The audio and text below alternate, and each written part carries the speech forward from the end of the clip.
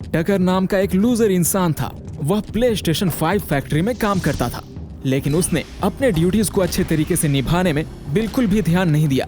वो आदमी काफी आलसी था और लगातार ब्लॉक्सी कोला पीता रहता था। बदकिस्मती से उसके आलसीपन के कारण प्रोडक्शन लाइन में काफी खराब गेम कंसोल की भरमार हो गई।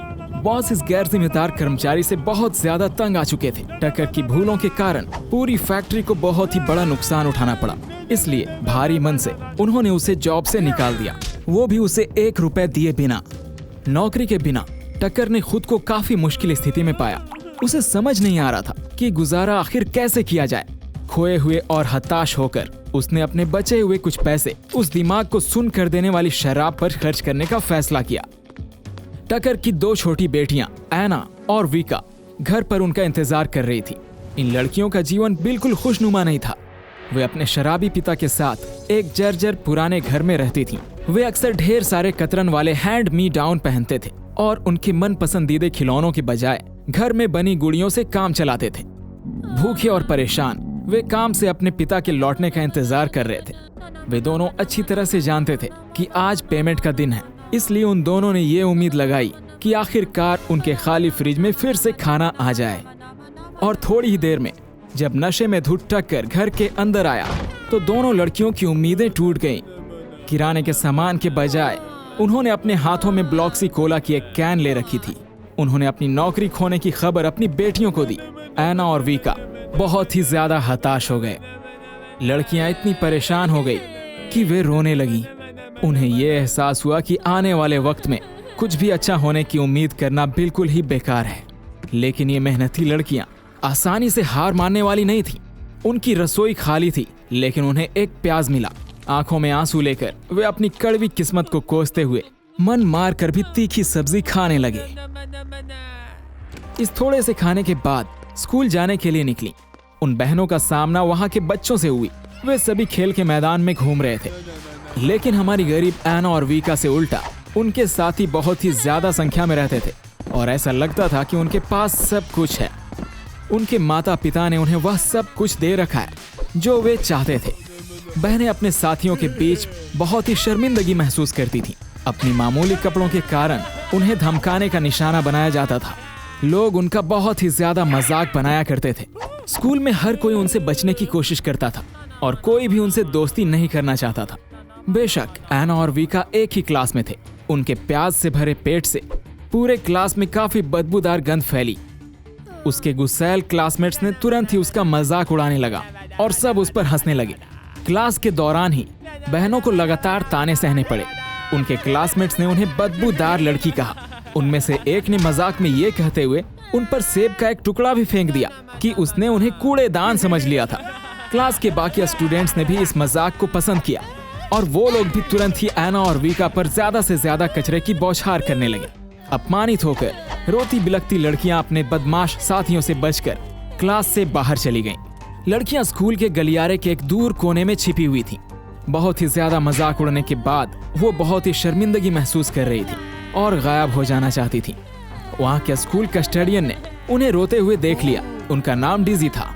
वह उनकी मदद करने के लिए काफी मजबूर महसूस कर रहा था। जब डीजी को पता चला कि क्या हुआ था तो उसने उन्हें कुछ ताज़ा मिंट कैंडीज दी और इसके बाद तुरंत ही प्याज की महक पूरी तरह से गायब हो गई। डीजी की इस मदद से वे लोग काफी खुश हुई और उन्हें गले लगा लिया।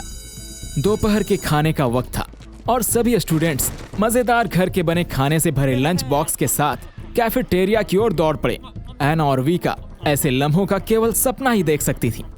परेशान बहनें अगले क्लास के इंतजार में एक खाली मेज पर अकेली बैठी थीं, जबकि वे बहुत ही ज्यादा भूखी थीं। स्कूल की एक नामी लड़की थी जूडी। उसने भूखी लड़कियों को देखा। अपने दोस्तों के ग्रुप के साथ मिलकर उन्होंने एक बदमाश शरारत की। मतलबी चीयर लीडर्स ने बचे हुए खाने के टुकड़ों को एक लंच बॉक्स में इकट्ठा किया और बड़े ही अच्छे मुस्कुराहट के साथ जूडी ने बहनों को यह कचरा दिया और उन्हें एक साथ दोपहर का खाना खाने के लिए इनवाइट किया। बेचारी नादान एना और विका चीयर लीडर की चाल में फंस गए और वे काफी खुश हो गए कि उन्हें खाना मिलने वाला है। लेकिन जैसे ही उन्होंने लंच बॉक्स खोला, ये क्लियर हो गया कि ये सिर्फ एक और शरारत थी। पूरा कैफेटेरिया उन अभागी लड़कियों पर हंसी से गूंज उठा। एक बार फिर अपमानित और परेशान होकर बहनों को अपने परेशान करने वालों से बचकर निकलना पड़ा। ज्यूजिया नाम वाले एक लड़के को उन्हें देखकर बहुत ही अफसोस महसूस हुआ। वह अच्छी तरह से जानते थे कि समाज में अपमानित होना, अपना कोई मित्र ना होने का क्या मतलब होता है। ज्यूजिया ने हॉल में रोती हुई बहनों को देखा और उनके साथ अपना दोपहर का खाना शेयर किया। इस तरह के दयालु इंसान को देख करके वो भूखी लड़कियां बिल्कुल ही दंग रह गईं। जैसे ही उन्होंने खाना खाया तो बच्चों के बीच बातचीत का सिलसिला जारी हो गया। ज्यूजिया ने रोबोटिक्स और प्रोग्रामिंग के प्रति अपने जुनून को बहनों के साथ शेयर किया और भले ही उन्हें कुछ समझ नहीं आ रहा था, फिर भी उन्होंने बड़े चाव से सुना। लड़के ने स्कूल के बाद बहनों को अपने घर बुलाया। एना और वीका इस तरह के ध्यान से काफी खुश हुए और उन्होंने उस इनवाइट को तहे दिल से एक्सेप्ट कर लिया। ज्यूजिया अपने माता पिता के साथ अपने घर में रहता था। जब लड़कियां उसके कमरे में दाखिल हुईं, तो वे बेहद हैरान रह गईं। ये बिखरे हुए पार्ट्स और माइक्रोचिप से भरा हुआ था। काफी मिस्टीरियस सर्किट डायग्राम्स सभी दीवारों पर लटके हुए थे। उसने काफी गर्व के साथ उन्हें अपने बनाए हुए रोबोटों को दिखाना शुरू किया, जिसे उसने खुद ही असेंबल और प्रोग्राम किया था। हालांकि उसके स्ट्रक्चर्स अक्सर टूट जाती थी, लेकिन इसने बच्चों को बेहतरीन वक्त बिताने से नहीं रोक पाया। वे जल्द ही दोस्त बन गए और तब से एक साथ स्कूल जाने का फैसला किया। कुछ साल बीत गए। टकर ने अलग अलग नौकरियां की, कभी कंस्ट्रक्शन मजदूरी, चौकीदार या फिर कभी सुरक्षा गार्ड। हालांकि ब्लॉक्सी कोला की लत ने हर बार उसकी ड्यूटी को बर्बाद कर दिया, जिसकी वजह से काम पर रखने वाले उससे परेशान होकर उसे नौकरी से बर्खास्त कर दिया करते थे।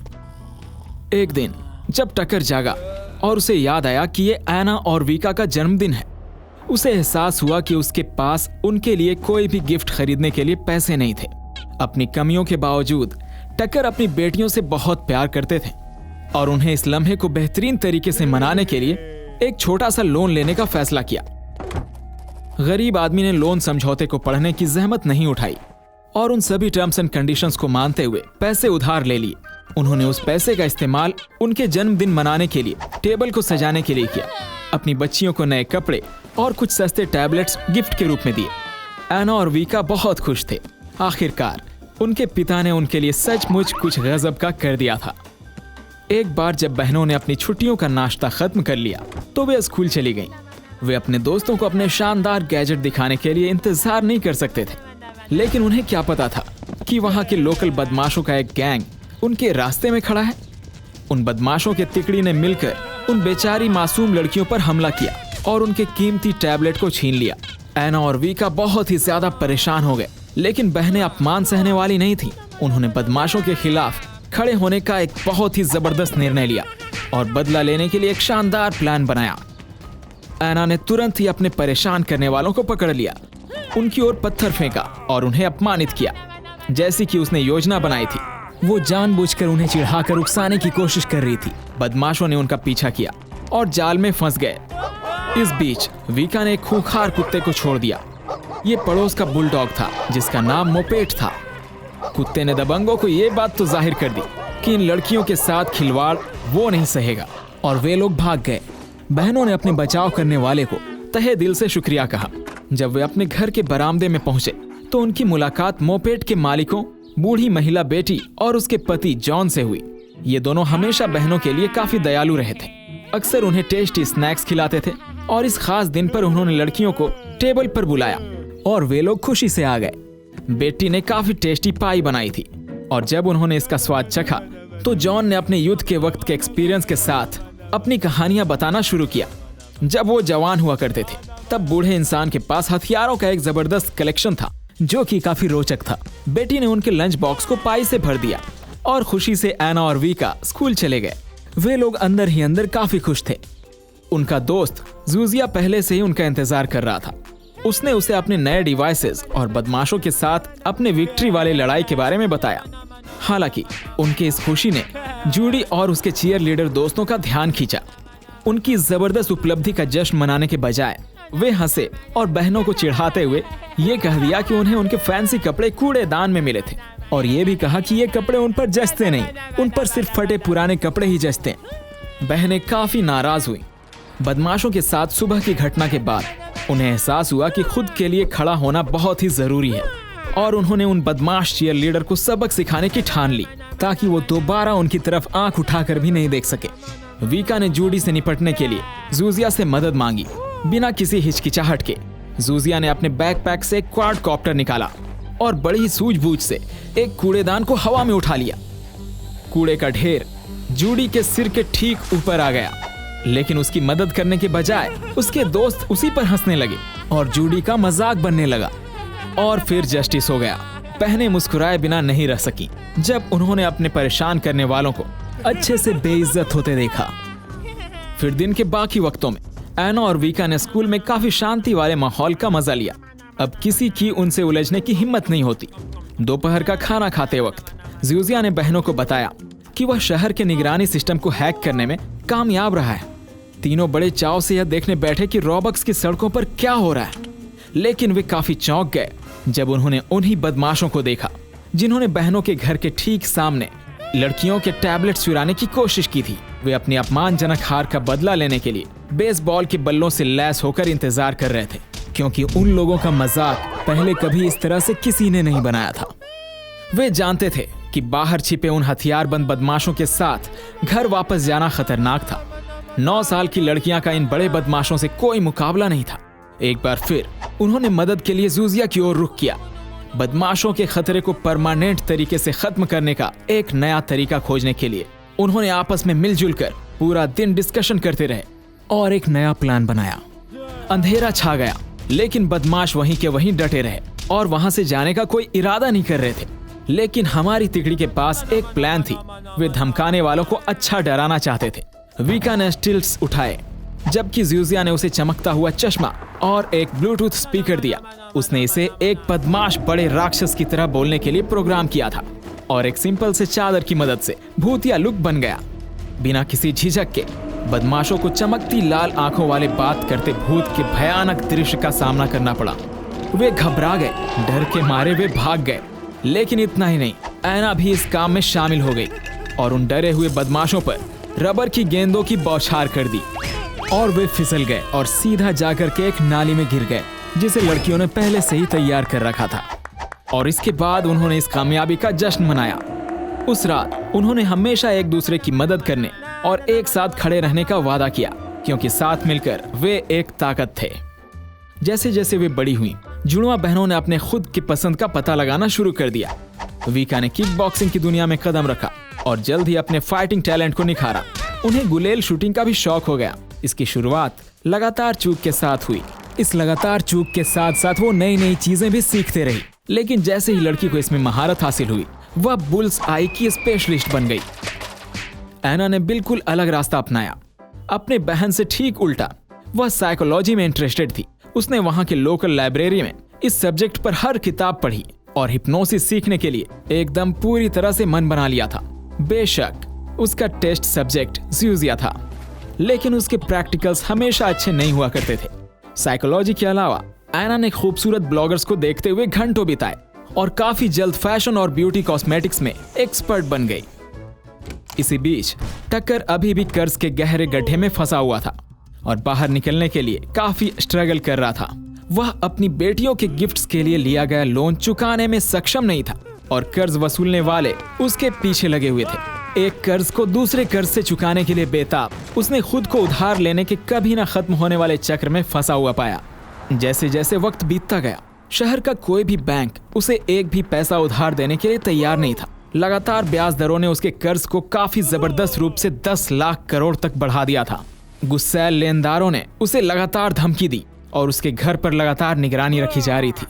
एक उदास शाम पूरा परिवार घर पर इकट्ठा हुआ। टक्कर हमेशा की तरह टीवी के सामने बैठकर अपने दुखों को दारू में डुबो रहा था। इसी बीच उनकी बेटियां अपना पसंदीदा गेम पेट बिल्डर खेल रही थी। इस मनोरंजन वाले वर्चुअल वर्ल्ड में वे अपने खुद के अनूठे और प्यारे पालतू जानवर बना सकते थे जो हमेशा उनके साथ रहेंगे, और इसे बनाने में सच में बहुत मजा आता है। ऐना ने एक लाजवाब रेनबो गेंडा डिजाइन किया, जबकि वीका ने तेज कीलों और चमकती लाल आंखों वाला एक डरावना राक्षस तैयार किया जो कि सच में खतरनाक दिखता था। बहनों को अपने वर्चुअल दोस्तों की देखभाल करने, पालतू जानवरों के मन मुताबिक खाना खिलाने और खास तौर के वॉशिंग स्टेशन से उन्हें साफ रखने में खुशी होती थी, ताकि उनके पसंदीदा पालतू जानवर हमेशा साफ रहें। अपने प्यारे पालतू जानवरों के साथ उन्होंने पार्कौर, पेंटबॉल और इसी तरह के और भी रोमांचक मिनी गेम खेलना शुरू किया, जिसमें उन्हें बेहद मजा आ रहा था। बहनों ने अपने पालतू जानवरों को और भी अच्छा बनाने के लिए गोल्ड्स कमाना शुरू किया। उन्होंने लाइक्स देकर एक दूसरे की मदद की, और यहाँ तक कि मैं, कूल डैड, एक्चुअल में उनके प्यारे पालतू जानवरों से प्यार करता था। दरवाजे पर अचानक हुई जोरदार दस्तक ने परिवार की शांति खत्म कर दी। पिता को तुरंत एहसास हुआ कि कुछ तो गड़बड़ है, और उन्होंने अपने बच्चियों को ऊपर भेज दिया। गुस्साए कलेक्टरों ने घर में घुसकर बकाया लोन पेमेंट्स के लिए टकर की पिटाई शुरू कर दी। उन्होंने कर्ज के कारण उन्हें घर देने की मांग की, और इसके अलावा उसके पास और कोई चारा नहीं था, नहीं तो वे उन्हें गैस बर्नर से परेशान करेंगे। लड़कियां सीढ़ियों से ये सारी हरकतें देख रही थी। वे पहली बार किसी चीज से इतने ज्यादा डर रहे थे। वीका बेडरूम में भाग गई। वह जानती थी कि बेड साइड टेबल में बंदूक है। छोटी लड़की ने कलेक्टरों पर बंदूक तान दी और अपने पिता को अकेला छोड़ने की मांग की, नहीं तो वो गोली भी चला सकती है। उस बेवकूफ झुंड ने सोचा कि ये खिलौना बंदूक है, और वे बस उस पर हंसे। अपने पिता को बचाने के लिए वीका ने एक बदमाश के पैर में गोली मार दी, और उस घटना से डरकर उन कलेक्टरों ने अपने हथियार गिरा दिए और भाग गए। लेकिन प्रॉब्लम्स यहीं खत्म नहीं हुई। गिरे हुए गैस बर्नर से आग लग गई। इसने तुरंत कमरे को अपनी चपेट में ले लिया और बाहर निकलने का रास्ता बंद कर दिया। पूरा घर तीखे धुएं से भर गया, और वो तीनों उस घर में फंस चुके थे। टकर ने अपनी बच्चियों को किसी भी तरह दूसरी मंजिल पर ले गया। पड़ोसियों ने आग देखकर फायर ब्रिगेड को फोन किया और खुद भी मदद के लिए दौड़ पड़े। धुएं से दम घुटने से टक्कर अपनी बेटियों को खिड़की के पास खींच ले गया। पड़ोसी बेटी और जॉन ने उन्हें पकड़ने के लिए कवर फैलाया। अपनी आखिरी ताकत से टकर ने एना और वीका को भागने में मदद की, और पिता ने अपनी बच्चियों की जान बचा ली। पहले से ही जमीन पर मौजूद लड़कियों ने अपने पिता को बुलाया। उन्होंने उनसे कूदने के लिए रिक्वेस्ट की, लेकिन तब तक बहुत देर हो चुकी थी। जहरीले धुएं के कारण टकर बेहोश हो गया। पूरा घर आग की चपेट में आ गया। पड़ोसियों को एहसास हुआ कि पिता को अब बचाया नहीं जा सकता है, और उन्होंने रोती हुई बच्चियों को जलते हुए घर से दूर खींचने की पूरी कोशिश की। वे बच्चियां लगातार रोती रहीं। इस रात ने बहनों की किस्मत हमेशा के लिए बदल दी। आग ने लड़कियों के बचपन के घर को जलाकर राख कर दिया। वहां सिर्फ खंडहर और राख बची।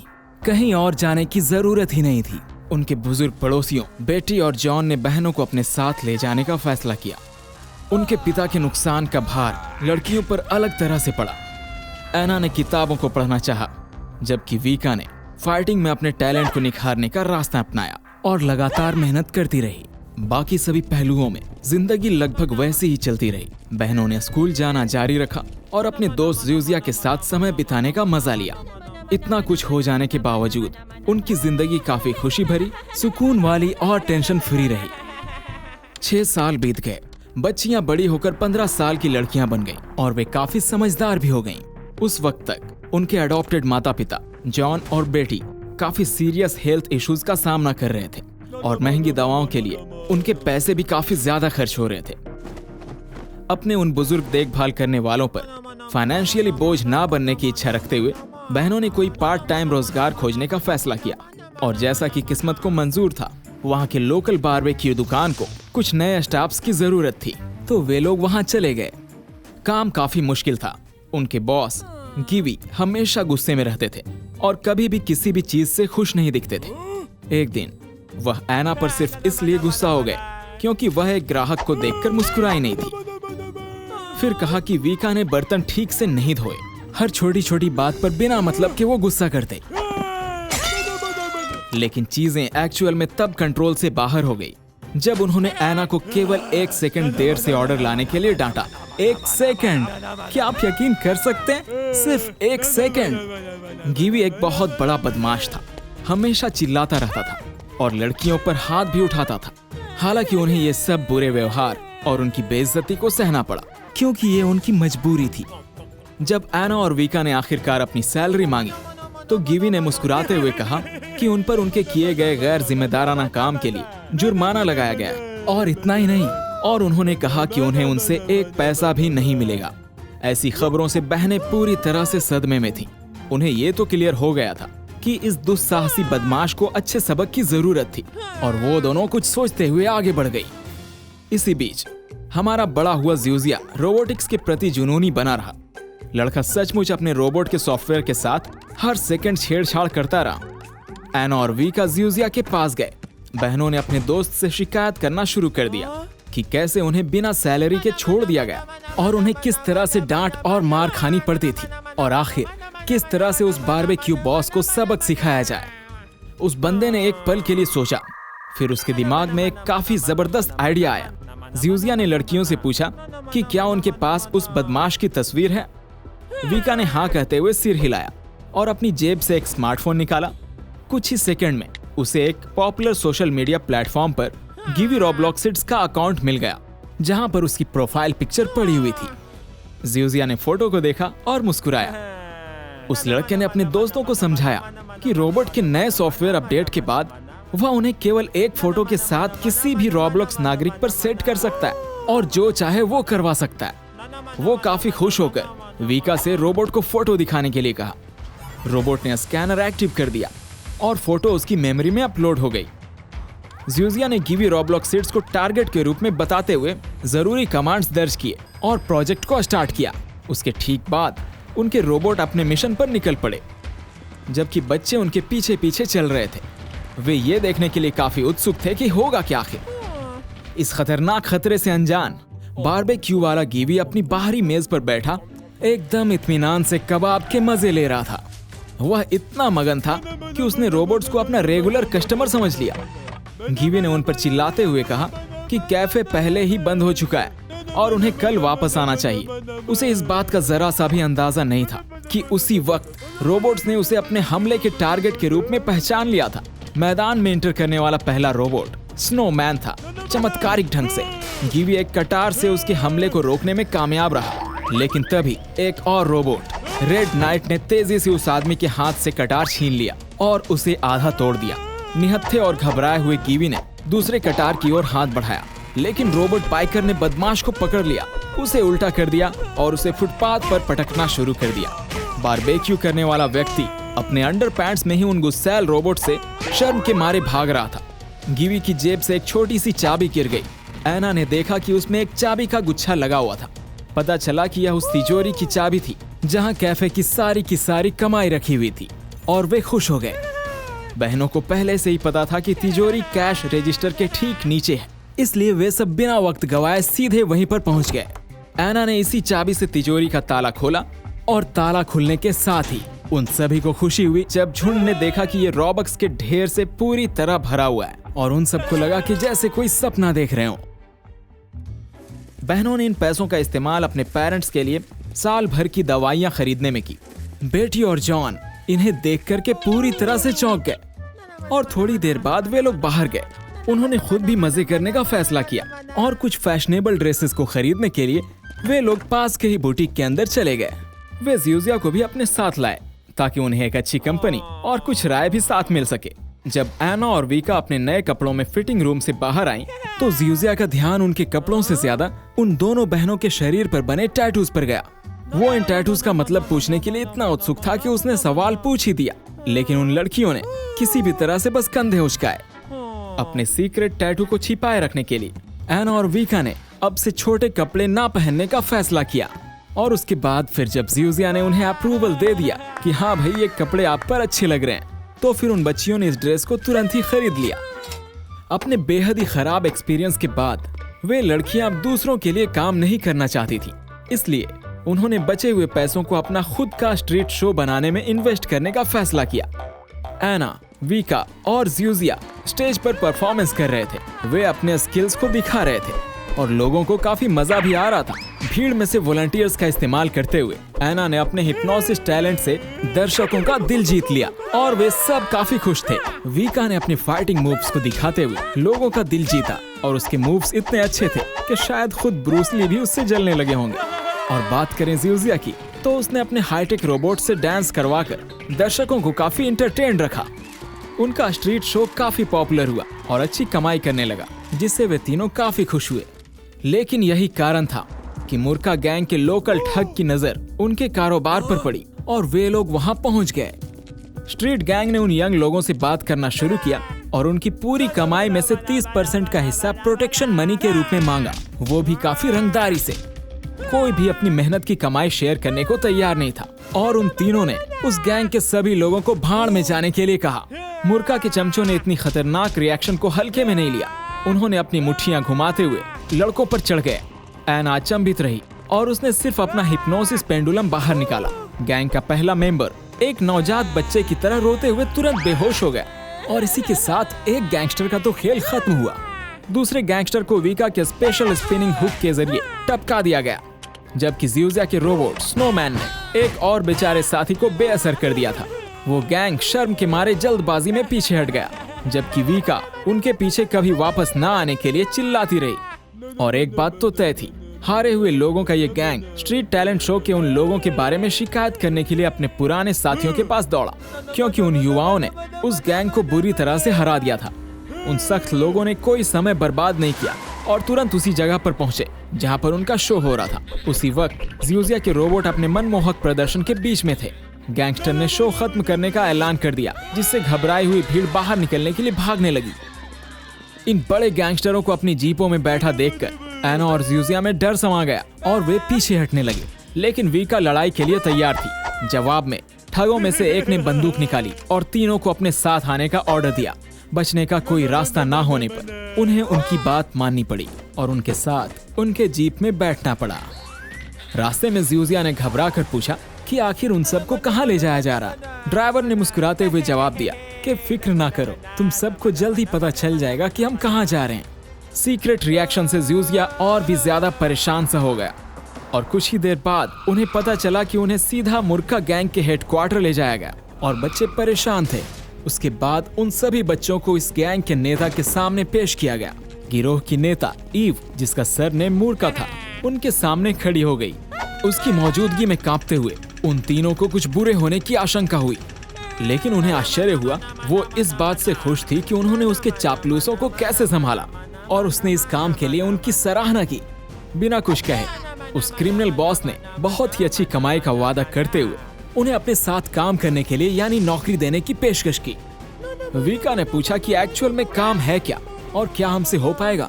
मुर्का ने जवाब दिया कि उनका पहला काम आइसक्रीम स्टैंड के कैश रजिस्टर को साफ करना होगा। तीनों को जोरदार झटका लगा। उन्हें क्रिमिनल गतिविधियों में शामिल होने की कोई इच्छा नहीं थी, लेकिन मुर्का ने एक कहानी गढ़ी जिसमें दावा किया गया कि आइसक्रीम मैन एक बुरा इंसान था जो अपने आइसक्रीम में घोटाला तो करता ही था, साथ ही साथ वो गरीब बच्चों को भी महंगे से महंगे आइसक्रीम को बेच करके मुनाफा कमाता था। बहनों को उस बदमाश बारबेक्यू वाले गिवी की याद आई जिसने उन्हें बिना सैलरी के छोड़ दिया था। वे हिसाब किताब बराबर करने में विश्वास करते थे और इसलिए उनकी बात मान करके उनके साथ काम करने का फैसला लिया। उन्होंने सोचा कि ऐसे चालाक खलनायकों को उनके किए की सजा मिलनी ही चाहिए। वो ग्रुप अपने पहले मिशन पर निकल पड़ा। एना की हिप्नोसिस एबिलिटीज के साथ उन्होंने आसानी से आइसक्रीम स्टैंड के कैश रजिस्टर को खाली कर दिया। अगले प्रोजेक्ट के लिए जियोजिया के चमकने का समय आ गया था। अपने रोबोट की मदद से वह एक खिलौने की दुकान से कैश रजिस्टर छीनने में कामयाब रहा। फिर वीका ने कैंडी की दुकान पर कैश रजिस्टर लूटने की चुनौती को एक्सेप्ट किया और बखूबी पूरा भी किया। हर एक असाइनमेंट से पहले मुर्का ने तीनों को धोखा देना जारी रखा। उन तीनों मासूमों को तो सच का कोई पता ही नहीं था और वे खुद को न्याय के चैंपियन के रूप में देखते थे और भोलेपन से उसके बेकार से झूठ में फंसते गए। लेकिन उनके एकदम नए मिशन पर प्लान के अनुसार कुछ भी नहीं हुआ। एक अचानक से हुई दुर्घटना के कारण हॉट डॉग स्टैंड के मालिक का दुखद मृत्यु हो गया। वह सॉसेज की तरह ग्रिल हो गया। जब मुर्का को वापस रिपोर्ट करने का समय आया तो तीनों डर से कांप रहे थे और उनके आंखों में आंसू भी थे। वे जानते थे कि उन्होंने बहुत बड़ी गड़बड़ी की है और इस घटना के बाद वे एक सीरियस क्राइम करने के लिए जिम्मेदार थे। लेकिन उन्हें यह देखकर काफी आश्चर्य हुआ जब बॉस ने उनकी तारीफ करते हुए यह ऐलान किया कि उन्हें अब किलर्स के रैंक पर प्रमोट कर दिया गया है। एक बड़े गैंगस्टर का काफिला मुर्का के अड्डे तक पहुंच गया। फिल बाहर निकला। वो एक बहुत ही कुख्यात आपराधिक गुंडा था जो कि पूरे रॉबक्स में जाना जाता था। मुर्का के लिए उसका एक मिशन था, एक परेशान करने वाले बिजनेसमैन को खत्म करना जो उससे आगे निकल गया था और इनाम के रूप में उसने उसे एक चमकदार सूटकेस में एक बहुत बड़ी रकम 2 मिलियन रॉबक्स की पेशकश की। इस मौके से काफी खुश होकर मुर्का ने नए चेहरे वाले हत्यारों एना और वीका को यह काम सौंपने का फैसला किया और निश्चित रूप से मुर्का समझ गई थी कि लड़कियां कभी भी एक अच्छे आदमी के खिलाफ हाथ नहीं उठाएंगी, इसलिए उसने उन्हें धोखा देने के लिए एक चालाक प्लान बनाया। उसने उस बिजनेसमैन को एक बदमाश खलनायक की तरह दिखाने के लिए उसकी तस्वीरों में हेरफेर की और उसे विलेन में बदल दिया। एन और वीका को एक अंधेरे कमरे में इकट्ठा करके मुर्का ने उन एडिटेड पिक्चर्स को पेश किया, जिसमें बिजनेसमैन को एक निर्दयी राक्षस के रूप में दिखाया गया था, जो कि पूरी तरह से फेक था। उन स्लाइड्स पर वह आदमी बच्चों के साथ काफी गलत कर रहा था, अपने स्टाफ्स को धोखा दे रहा था और जहरीले कचरे से शहर को काफी पॉल्यूटेड कर रहा था। मुर्का ने बहनों को उससे छुटकारा पाने की पेशकश की और लड़कियां काफी गुस्से में आ गईं और उस बदमाश को इंसाफ के कटघरे में लाने का पूरा मन बना लिया। एक नेक टारगेट को लेकर एना और वीका ने धोखे से अनजान होकर मिशन को एक्सेप्ट कर लिया। मुर्का ने उन्हें सटीक कोऑर्डिनेट्स दिए और वहां पर मौजूद उस खलनायक की हिफाजत करने वाले हथियारों से लैस गार्ड्स के बारे में चेतावनी दी। उन दोनों ने एक ही बात सोची, इस खलनायक को मारने से रॉबक्स के लोगों को काफी फायदा होगा। बस इसीलिए वो ये काम करने के लिए मान गए। उस स्क्वाड ने अपने इस पहले बड़े काम की तैयारी करना शुरू कर दिया। वीका ने मेन फोर्स का रोल निभाया और उसने सावधानी से अपने जरूरत के हथियारों को चुना। एना का काम गार्डों का ध्यान भटकाना और अपनी हथियारबंद बहन के लिए रास्ता साफ करना था। इसी बीच ज़्यूज़िया सभी तरह के टेक्निकल मदद करने के लिए तैयार था। उस गैंग वैन के अंदर उसने सभी जरूरी डिवाइसेस के साथ एक मोबाइल कमांड सेंटर एस्टैब्लिश किया, जो कि वाकई में काफी ज्यादा कूल लग रहा था। अब वह दूर से सर्विलेंस कैमरों की निगरानी कर सकता है और स्मार्ट डोमेस्टिक डिवाइसेस को कंट्रोल भी कर सकता है। पूरी तैयारी के बाद टीम अपने मिशन पर निकल पड़ी। उनमें से किसी का भी कोई गलत काम करने का इरादा नहीं था। उनका बस एक ही पक्का इरादा था कि वे रॉबक्स के निवासियों के भले के लिए ही काम कर रहे हैं। मुर्का की बातें सही थी। उस धनी बिजनेसमैन के पास एक पेशेवर सुरक्षा टीम थी, लेकिन वे सभी खूबसूरत एना से काफी ज्यादा अट्रैक्टेड हो गए और उसकी ओर देखने लगे। लड़की ने टेस्टी केक से उन बॉडीगार्ड्स को लुभाया। वे उसकी तरफ आए और अपने हिप्नोसिस टैलेंट का इस्तेमाल किया। पलक झपकते ही वो सख्त बॉडीगार्ड्स बिल्ली के बच्चे में बदल गए। इसी बीच वीका ने आसानी से कारोबारी के घर में घुसपैठ कर ली। ज़्यूज़िया उसकी हर हरकत पर बारीकी से नजर रख रहा था। सर्विलेंस कैमरे को देखते हुए उसने ऑफिस के एंट्री गेट पर तैनात एक और बॉडीगार्ड को देखा। जाहिर तौर पर ज़्यूज़िया वीका को खतरे में नहीं डाल सकता था, इसलिए उसने स्मार्ट वैक्यूम के कंट्रोल सिस्टम को हैक कर लिया। फुर्तीले गैजेट ने आसानी से उस हट्टे कट्टे गार्ड की बैंड बजा दी और उसे वहीं पर सुला दिया। वीका अपने टारगेट तक पहुंच गई और बिजनेसमैन को पता नहीं था कि कोई उसके पास भी आ गया। आखिरी मैसेज के रूप में हत्यारे ने उससे कहा कि ये उसके सभी पापों का बदला है और ट्रिगर खींच लिया और उसे मार दिया। बाहर टीम पहले से ही इंतजार कर रही थी। उन्होंने पेशेवर ढंग से काम किया, कोई निशान नहीं छोड़ा। कोई भी गार्ड उनका चेहरा याद नहीं रख सका और बहुत ही आसानी से वे लोग वापस जाने के लिए तैयार थे और ज़्यूज़िया ने सभी निगरानी कैमरे के फुटेज मिटा दिए। एक सफल मिशन के बाद वो टीम बिल्कुल ही इत्मीनान तौर पर अपने बेस पर वापस लौट आए। मुर्का उनके जबरदस्त काम से काफी संतुष्ट हुई और उन्होंने तुरंत उन्हें अगला असाइनमेंट देने की पेशकश की।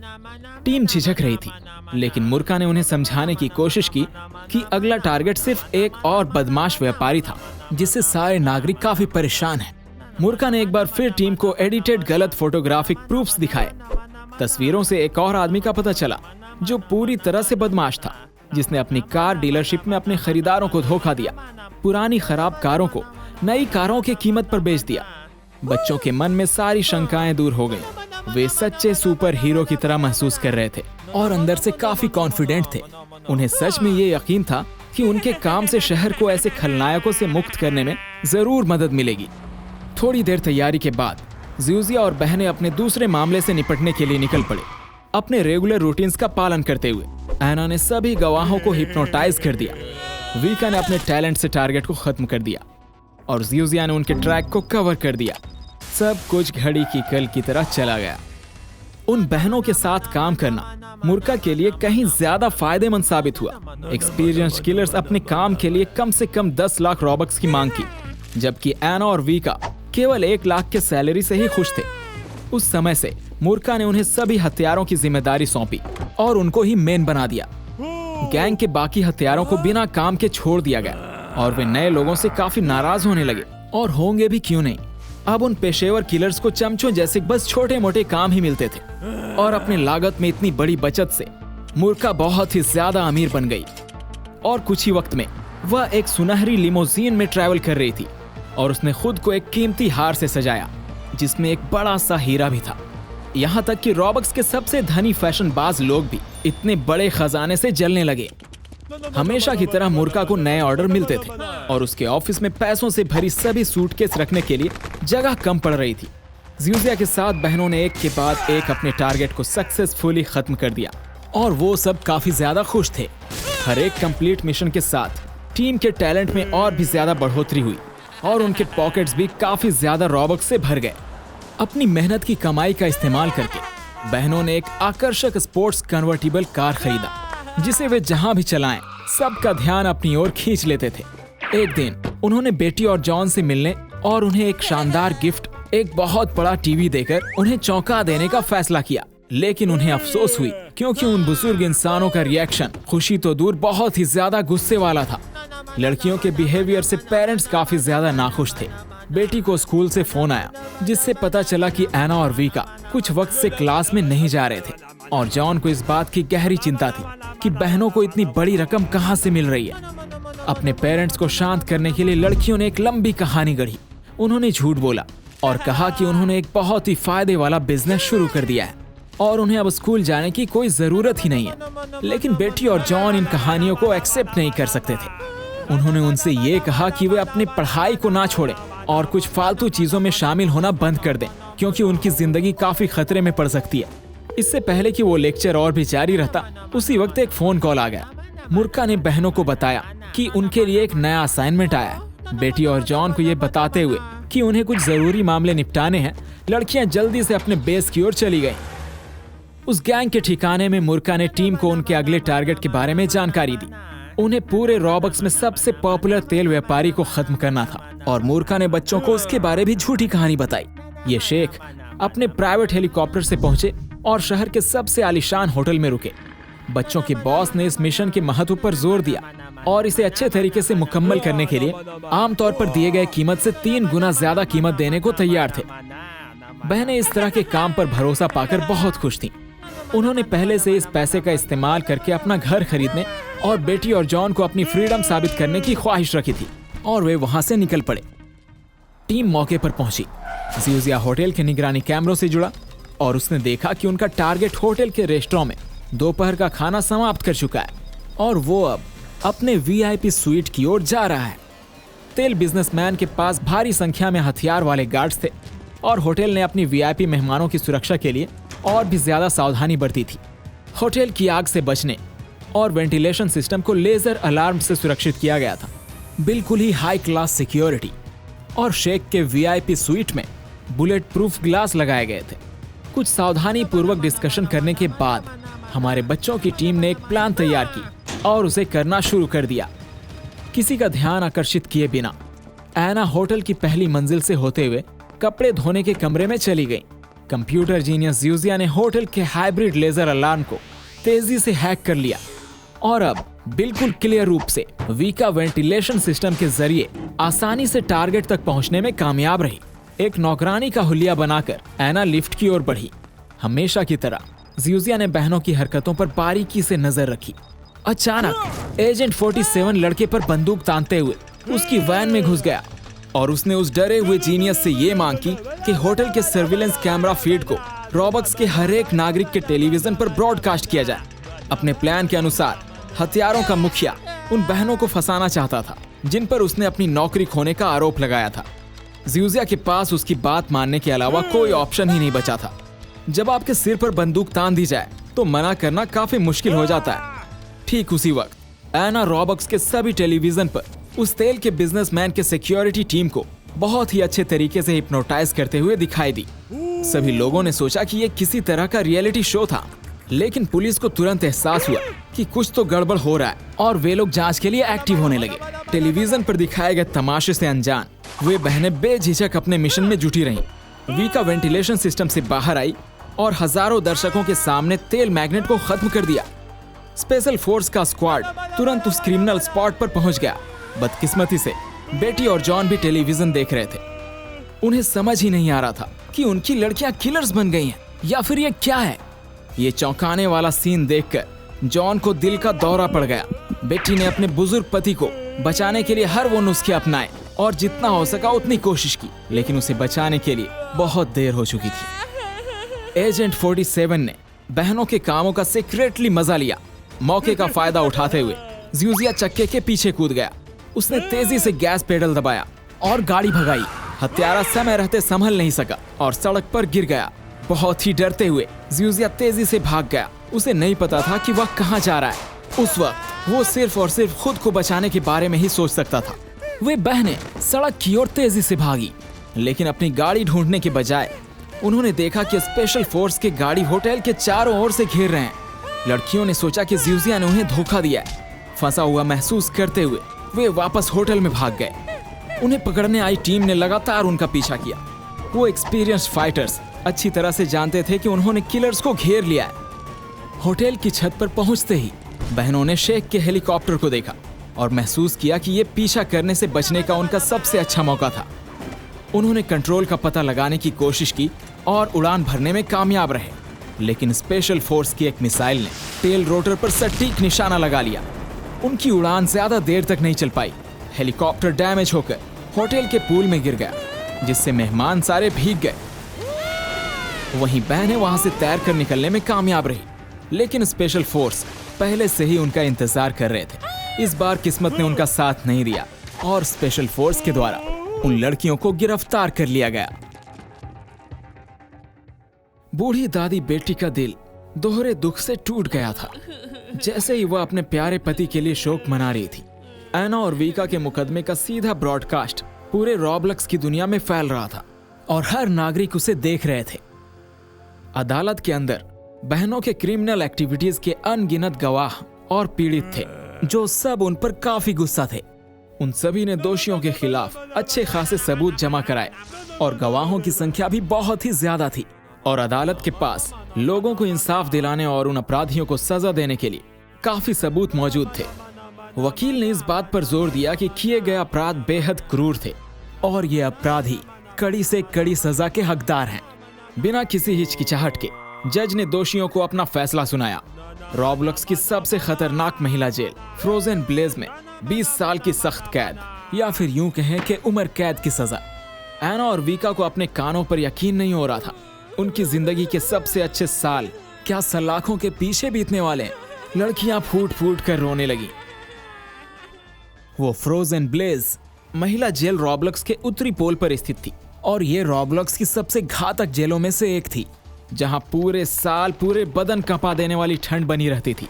खास तौर पर ट्रेंड शार्क उस आइलैंड के चारों ओर पानी में घूमती रहती थी और जेल तक केवल जहाज से और खास परमिशन के बाद ही पहुंचना पॉसिबल था, यानी कि एकदम कड़ी निगरानी वाला जेल।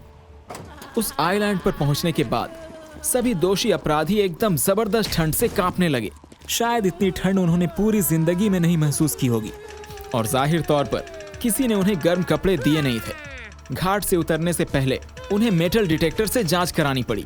लड़कियां एक एक करके कतार में खड़ी हो गईं।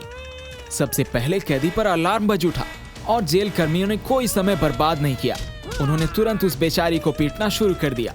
एकदम बेरहम की तरह वे उस पर लात जूते से वार करने लगे। लड़की ने भागने की कोशिश की, लेकिन आखिर में उसे गार्ड शार्क के गुस्से की पूरी ताकत का एहसास हुआ और चक्कर खाकर वो गिर गई। फिर जेल के मैदान के अंदर अपमान का एक सच्चा रास्ता उनका इंतजार कर रहा था। उनकी जिंदगी बर्बाद होने का इंतजार कर रही थी। सबसे पहले लड़कियों को पूरी तरह से बिना कपड़ों के छोड़ दिया गया, केवल अंडरवियर पहने हुए। इसके बाद बर्फीले शावर के रूप में डिसइंफेक्शन आया और फिर उनके बाल कटवाने की अपमानजनक प्रक्रिया शुरू हुई और इन सब के बाद उनका हुलिया एकदम से बदल गया और वे काफी शर्म महसूस कर रही थी। पहले से ही पूरी तरह से बर्बाद फील कर रहे दोषियों को बड़े ही अजीब सी दिखने वाली जेल की पोशाक पहनाई गई। बेइज्जत होने का सिलसिला वहां पर खत्म हुआ, लेकिन आगे आने वाली चीज उससे भी ज्यादा खतरनाक थी। कैदियों को एक और चीज झेलना था, वो था हाईटेक कॉलर, जिसे उसे पहनाया गया। बहुत ज्यादा बेइज्जती और तनाव को सहने के बाद बोनिया को अचानक टॉयलेट जाने की तेज जरूरत महसूस हुई। वो राहत पाने के लिए दौड़ पड़ी, लेकिन फिर उसके कॉलर पर डायोड लाल चमकने लगा। कुछ ही वक्त में वहां पर जोरदार ब्लास्ट हुआ और उसका कोई भी नामो निशान नहीं बचा।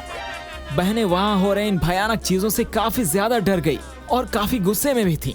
उस जेल के स्टाफ ने उन्हें समझाया कि कॉलर वाले लोगों को सिर्फ और सिर्फ इस नियॉन रोशनी वाले रास्तों पर चलने की इजाजत है, वरना सिर्फ और सिर्फ 5 सेकंड में एक जबरदस्त विस्फोट होगा और उनका नामो निशान मिट जाएगा। एना और वीका इस जेल के भीतर हो रही सख्ती और क्रूरता के लेवल का अंदाजा नहीं लगा सकी। फिर भी कैदियों के लिए फुर्सत का समय अभी भी मौजूद था और कैदी मजे कर सकते थे। कुछ लोग अपने एक्सरसाइज करने में लगे हुए थे, तो वहीं कुछ लोग ताश या चेस खेलने में बिजी थे।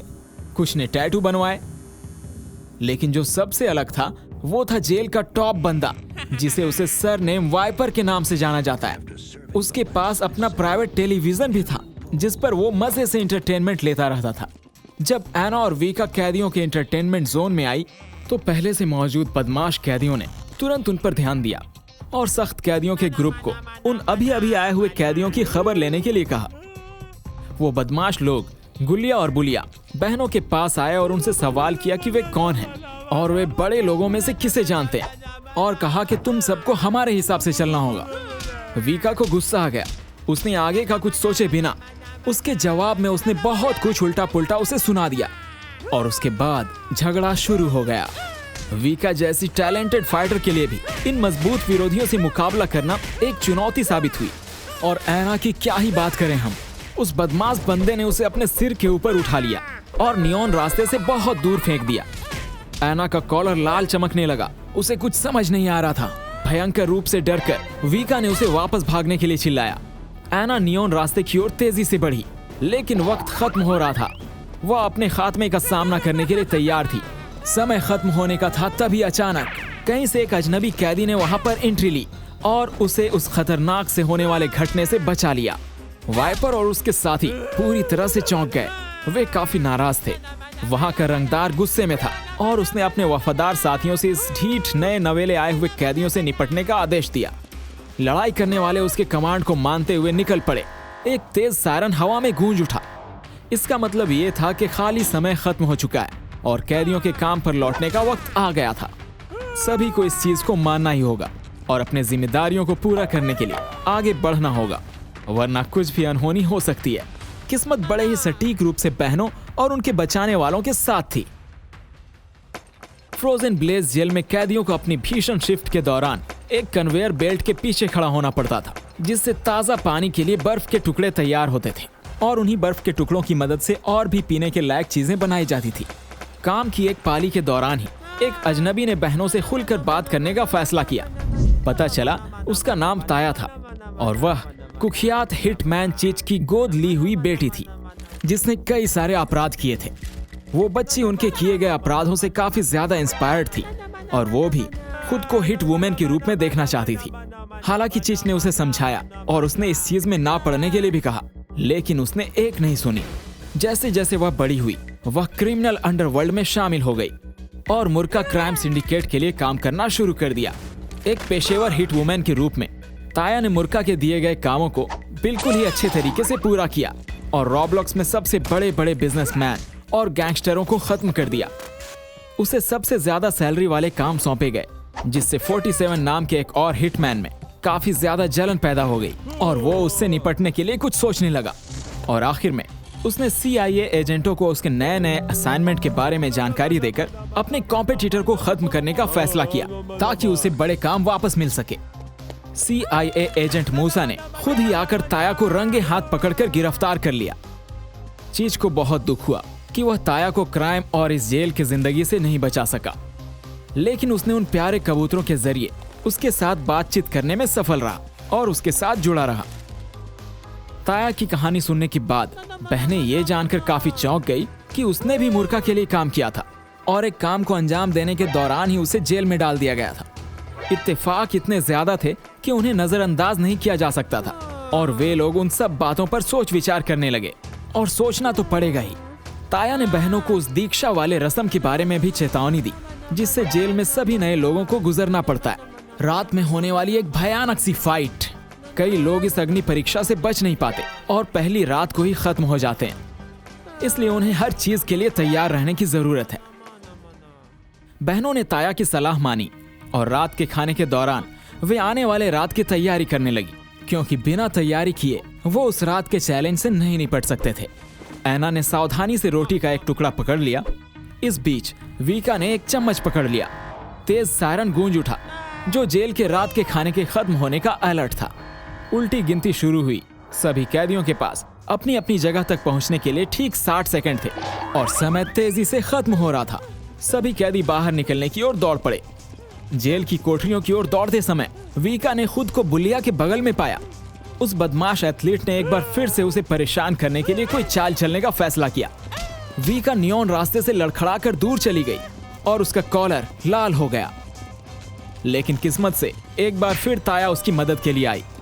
बहनें बहुत ही मुश्किल से अपनी कोठरी तक पहुंची और चैन की सांस ली। जैसे ही ओवरसियर का ध्यान भटका, उसने रात की चुनौती के लिए अपनी तैयारी फिर से शुरू कर दी ताकि वो रात में जीत सके। ऐना ने रोटी के टुकड़े से एक पेंडुलम बनाया और उसे अपने बाल के जरिए बांधकर एक परफेक्ट औजार तैयार किया। इसी बीच वीका ने कंक्रीट की रेत इकट्ठा करने के लिए चम्मच का इस्तेमाल किया।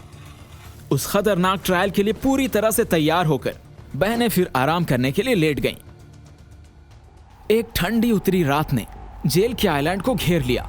बाहर ठंड इतनी थी कि किसी का भी खून जम जाए। ऐना और वीका गहरी नींद में सोए। तभी अचानक जेल कर्मचारी उनकी कोठरी में घुस आए, उनके सिर पर बोरियां फेंक दी और उन्हें कहीं दूर खींच लिया। शायद लड़ने का वक्त आ चुका था। बोरियां हटाने के बाद बहनों ने खुद को बॉयलर रूम में पाया। यहीं पर जेल में अपनी जिंदगी बचाने की लड़ाई होती थी, जिसका सामना हर नए आए हुए कैदियों को करना पड़ता था। और इसमें कोई शक नहीं था, यह हमेशा जेल प्रबंधन की मंजूरी से ही होता था। इन लड़ाइयों के पीछे जो बंदा था वो कोई और नहीं बल्कि वहां का लोकल रंगदार वाइपर था। उसने बहनों से कहा कि उन्हें सबसे पहले अपने पहचान के बुलिया और गुलिया के खिलाफ लड़ना होगा। एकदम जबरदस्त लड़ाई करने वालों ने आत्मविश्वास दिखाया, जिससे पता चला कि उनकी जीत कंफर्म है और वे बहनों को धूल चटाने वाले थे। लड़ाइयां आमने सामने थी और सबसे पहले वीका ने रिंग में कदम रखा। वाइपर ने लड़ाई की शुरुआत की घोषणा की और लड़ाई शुरू हो गई। एकदम जोरदार लड़ाई। वो बड़े से बदमाश बुलिया ने अपना दांव खोला, लेकिन वीका ने काफी सूझबूझ से उसके अटैक को टाल दिया। वीका को पता था कि वह इतनी आसानी से और ईमानदारी से जीत नहीं सकती, इसलिए उसने एक चालाक चाल का सहारा लिया जो उसने पहले से ही प्लान कर रखी थी। बुलिया की आंखों में रेत जाने से उसे कुछ दिखाई नहीं दिया और वीका ने उसे रिंग से बाहर धकेल दिया। वो उस हट्टे कट्टे एथलीट की जिंदगी के आखिरी 5 सेकंड थे। उस लड़ाई को देखने वाले दर्शक काफी सदमे में थे। किसी को भी बुलिया के हारने की उम्मीद ही नहीं थी और वीका पर सब लोग जोर जोर से चिल्लाने लगे, ये कहते हुए कि उसकी जीत सही नहीं थी और उसने धोखा दिया है। गुस्से में आकर गुलिया ने रिंग में घुसकर ऐना को दूसरे राउंड के लिए बुलाया। ऐना बिल्कुल ही कॉन्फिडेंट रूप से चलकर उसका सामना करने लगी। उस रिंग में पहुंचकर ऐना ने जरा भी समय बर्बाद नहीं किया। उसने तुरंत अपना बनाया हुआ पेंडुलम निकाला और गुलिया को हिप्नोटाइज करना शुरू कर दिया और जैसा कि उसने चाहा था, तुरंत हिप्नोटाइज होकर गुलिया रिंग से बाहर निकल गया और खुशी से इधर उधर कूदने लगा और तुरंत ही विस्फोट हो गया। ये तमाशा देखने के बाद बाकी सभी कैदी काफी गुस्से में आ गए। उन्होंने चिल्लाते हुए कहा कि ये पूरी तरह से बेईमानी हो रही है और वे धोखे से जीत रहे हैं। वे बहनों को अपने हाथों से खत्म करने के लिए तैयार हैं। लेकिन एक बार फिर ताया बचाव में आई। उसने वहां आकर बॉयलर रूम के वाल्व को चालू कर दिया और देखते ही देखते उस रूम में तेजी से खतरनाक पानी भरने लगा और इस खौफनाक नजारे को देखकर सभी कैदी डर गए और वहां से भाग गए। सुबह हो गई। एकदम ठिठुरती हुई ठंड के साथ जेल के गार्ड्स ने कॉफी के कप को लेकर कल की लड़ाई के बातचीत पर चर्चा की। कैदियों की किस्मत की उन्हें जरा सा भी चिंता नहीं थी और वो मरे या जिए, जानलेवा लड़ाइयां उनके लिए महज मनोरंजन थी। बहनों की चीटिंग्स भरी जीत के बाद बाकी कैदी उन पर बहुत शक की निगाह से देखने लगे। कोई उन्हें पसंद नहीं कर रहा था।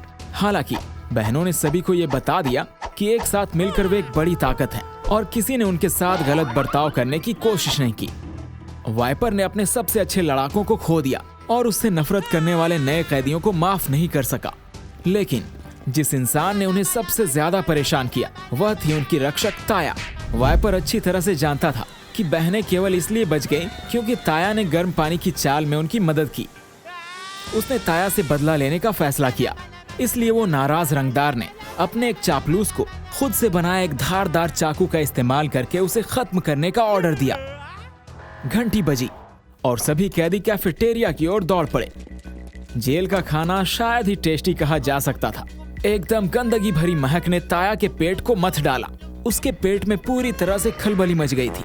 वह टॉयलेट की ओर भागी।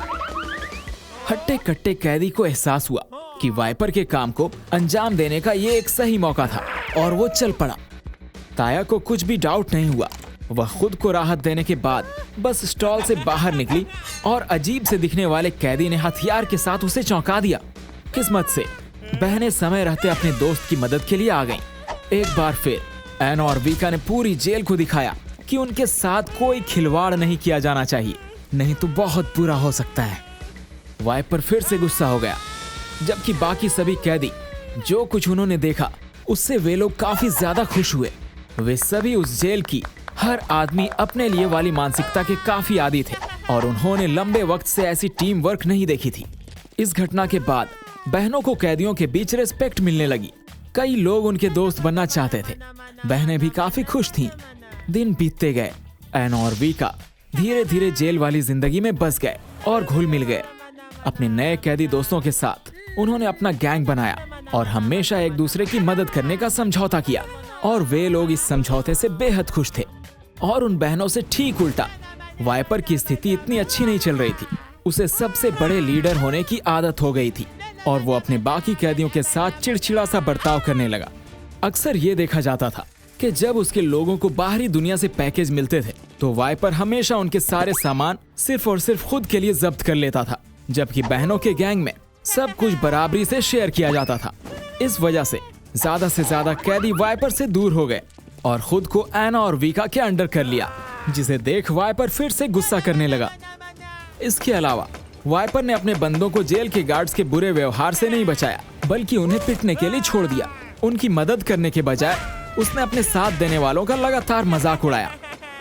एना और वीका ने कभी किसी कैदी को मुसीबत में नहीं छोड़ा और हमेशा अपने साथ के लोगों के बुरे वक्त में मदद करने की कोशिश की और कभी अकेला ना छोड़ा। ये सिर्फ और सिर्फ उनका अच्छा बर्ताव ही था जिसने उन्हें लगभग सभी कैदियों को अपने पक्ष में करने में मदद की। और एक बात तो क्लियर थी कि सिर्फ और सिर्फ सबसे ज्यादा डरे हुए और कमजोर कैदी ही वाइपर के प्रति वफादार थे। तो वे बहनें अब नई सच्ची लीडर बन चुकी थीं। वे लोकल गार्ड्स के साथ तालमेल बनाने में भी कामयाब रही, जिसके बदले में उन्हें कुछ फैसिलिटीज भी प्राप्त करने की इजाजत मिली। एना और वीका के गैंग ने वाइपर को उसके वीआईपी जगह से बाहर धकेल दिया और उनकी साधारण कोठरी किसी अच्छे होटल के कमरे जैसी लगने लगी, जिसकी 24 घंटे कैदी बॉडीगार्ड्स द्वारा सुरक्षा की जाती थी। कुछ वक्त बाद उनके बाल वापस उग आए और लड़कियां आखिरकार अपने भयानक हेयर स्टाइल को अलविदा कह सकी। खुद को अपनी बहन से कुछ अलग दिखाने के लिए एना ने अपने बालों को सुनहरे रंग से रंगने का फैसला किया। उन्हें अपना नया लुक बेहद पसंद आया और वाकई में वे बहुत ही बवाल लग रही थी। ताया एक खबरी कबूतर को पकड़कर उनके जेल के टेम्परेरी ब्यूटी सैलून में घुस गई और वहां से बाल काटने वाले को बाहर भेजा। बहनों के साथ अकेले रहकर उन्होंने चीज का लेटर पढ़ना शुरू कर दिया। लेटर में कहा गया कि पूर्णिमा की पहली रात को वह उन्हें जेल से भागने में मदद करेगा, जिसे पढ़कर लड़कियां काफी खुश हुईं। चीच ने उस खतरनाक नेक कॉलर को डीएक्टिवेट करने का वादा किया। कबूतर एक पैकेज भी लाया जिसमें ठीक 1 बजे जेल की दीवार में छेद करने के लिए शक्तिशाली विस्फोटकों का एक गुच्छा था, या फिर उनके बाहर निकलने की चाबी। इस खबर से बहनें बहुत खुश हुई। वे पहले से ही अपने होठों पर आजादी का मीठा स्वाद चख सकती थी और वे लोग उस लम्हे का मजा ले रही थी। रॉब्लॉक्स के सभी निवासी हत्यारी बहनों के बारे में बात करना बंद नहीं कर सके।